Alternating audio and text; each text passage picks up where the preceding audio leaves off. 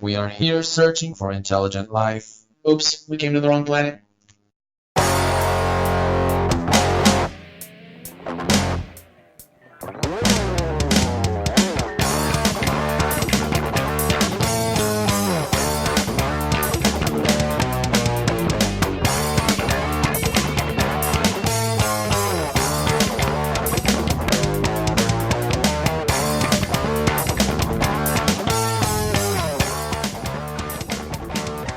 You're listening to Reb-Alien.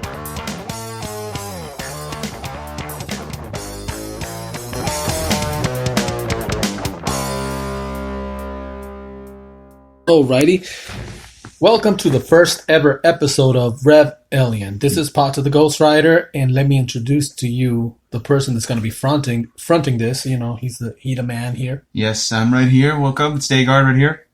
Dayguard, you may, if you've, I don't know, ever gone into the TikTok realm, you might have encountered him Yes. there. Alrighty, so we are here because it's our first episode. The first episode, we were supposed to open a box of comic books that arrived recently, but we haven't had the time. Well, it's not that we haven't had the time. It's just that I am getting up in age and I forgot to bring it. All right, so maybe next episode. Well, yeah, definitely. Next episode, we're going to open the box and we're going to look through its content and we're going to talk about that. Yes. But for the first episode of Reb-Alien, spoiler alerts. Well, some spoiler alerts. We're not going to spoil the whole thing, but we are going to talk about Terminator Dark Fate. Yes, we recently watched it not that long ago. Yeah, now, obviously, Rotten Tomatoes gave it awesome reviews, like a 73%, which is weird. And everybody else in the world says it sucks. I thought it was okay. I liked it. I personally... To me, this movie relates more to Terminator and Terminator 2 Judgment Day. I agree, definitely. The other ones, It's as if it doesn't exist at all. Well, what they did with this one's, basically the other two movies don't exist. Because, spoiler alert, John Connor gets killed. Yeah. And that's probably what disturbed a lot of people because, you see, they CGI'd the kid, you from know. T2, I agree. That was freaky. And it looked freaky because you got the Terminator and he just... And all of a sudden the Terminator just completed his mission. Blows him away. And there's no Genesis, there's no... Terminator 3. Terminator 3. What was it, Rise of the Machines? Or Terminator 3, Salvation, if you want to count that, and Genesis. Yeah. I kind of liked Terminator Genesis, though. I did, too. I have to admit, I liked the way the Terminator aged. And he had, like, glitches, you know, kind of like an old man. Because he was glitching, but kind of like an old man that has Parkinson's, you know. I don't know, maybe. And when I saw this, when I saw the trailer for Dark Fate, when I saw that he was in, I thought they were just going to continue it. Continue from Genesis? Continue from Genesis, exactly. Like, pretty much, he's still around. Obviously, Sarah Connor knows who that is, but I guess not. They went a different route. Well, in Genesis, basically, he becomes like a father figure to Sarah Connor. Exactly. It changes everything. I mean, and well, anyway, forget about those. They don't exist now that Dark Fate happened. Yeah. Which, oh wow, I mean, we just started off spoiling it. I know, but I did say spoilers. Okay. Now, the movie itself wasn't that bad. There was a lot of good action scenes in it. It did have somewhat of a good story. It takes place in Mexico or? Pretty much, yeah. Yeah, it does take place in Mexico and then all the way into the States and Texas. Yeah, basically. It starts off in Mexico, obviously in a factory owned by Americans. Mm-hmm. So you got the hero or the main character, which is Mexican female now, I guess. Yeah. Which originally they thought she was Sarah Connor, but no, she's another spoiler. She's the John Connor of the main story. Well, yeah. Instead of Sarah Connor comes to her rescue. We're jumping all over the place here, but basically this new. Do you remember the name? I do not, unfortunately. I forgot. I would have to. We got to rewatch the movie because we just watched this once, and I mean, hold up. Wait a minute, we got Google. You can ask. Hold up, no. Even if I had Google, like I just remember her name is Daniela, but she goes by Danny for short. Now I remember. That is true because the Terminator goes there looking for her and asks for Daniela. Then the dad corrects him. Yeah, but her friends call her Danny. Yeah. And thank you, and then kills him. And then it's another shapeshifter, but this mother. Well, wait a minute. I'm not allowed to curse here. No, this ain't Cursory Overload. Go. Cursory Overload or the Powerhouse, where I'm allowed to speak your mind. Speak my mind. But here, this is the G version. We have to be nice. Oh, you can make it PG-13. It don't matter. PG-13. Darn it. Okay. Shut the front door. Anyway, exactly, there we go. All right. Got it out of my system. Anyway, basically, this is another shapeshifter, kind of like the T-1000, but... Ah, yeah, that's right. The T-1000 was a shapeshifter, too. Yeah, but it was like that metallic... It wasn't like all the way liquid metal. This one was like tar, and then it could split in two, like the...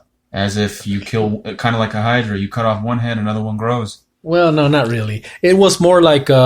It could separate into two, like the liquid form, and then had like the metal form, the metal skeleton, the Terminator. Oh yeah, it was almost like he became two people, and you had to battle two different Terminators at once. Yeah.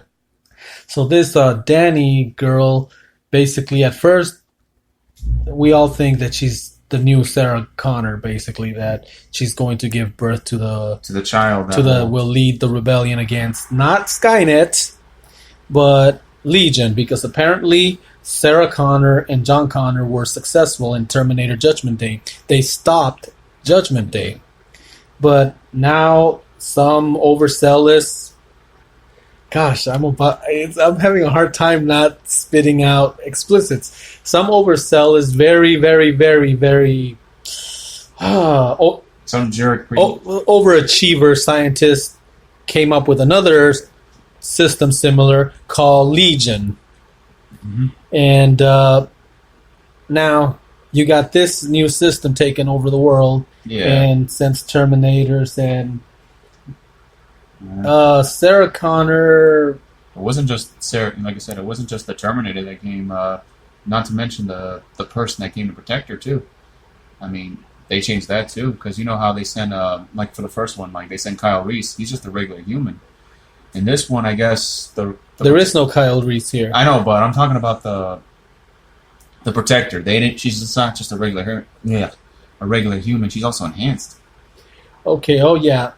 Before the Terminator came looking for her, they said Danny sent someone, which I guess humans become enhanced soldiers. Mm-hmm. You know? Yeah. And I guess I do not remember the name of the enhanced girl. I don't remember either.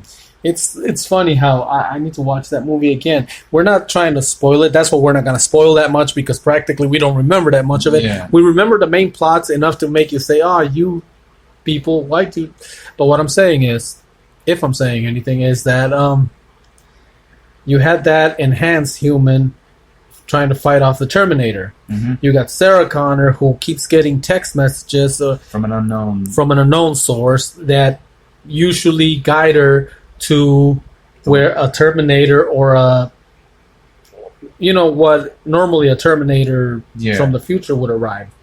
And she doesn't know who's sending those text messages, and they sign off for John. Pretty much, yeah. Now, fast forwarding to the messenger. The messenger, the Terminator that killed John Connor. It's Arnold. Yes, the Terminator that killed John Connor. After completing his mission, he had no purpose anymore, and Skynet didn't exist anymore. So he wasn't receiving any new orders. New orders, pretty much that was it. Basically, he was cut off, left on his own here. So he adapted. He became a human figure, pretty much. Basically, he learned to adapt and live as a human. He shacked up with some lady and helped her raise her son, and he pretty much became a father figure. Yes, and we find out later in the movie.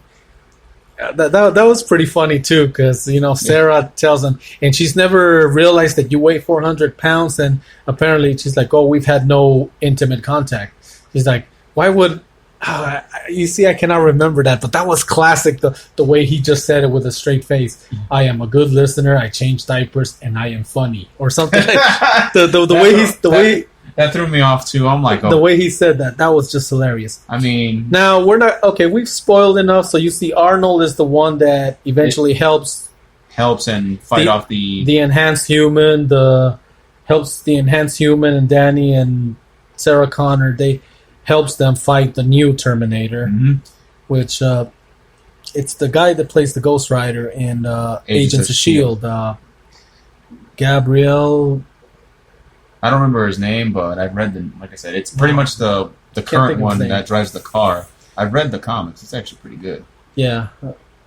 Anyway, I was hoping that he'd come back to Agents of S.H.I.E.L.D., but anyway, I would have to watch the series. I haven't even touched the series yet. Well, that's what happens when we have bills to pay and we gotta work. Yeah.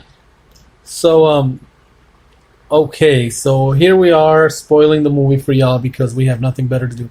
No, seriously, the movie basically ends with obviously Arnold melting away with the other Terminator, and pretty much however almost like how T2 ended. And Arnold going down together. Looking at Sarah, and as he's being destroyed, he just says, for John. John, pretty much, yeah. Basically, he developed a conscience.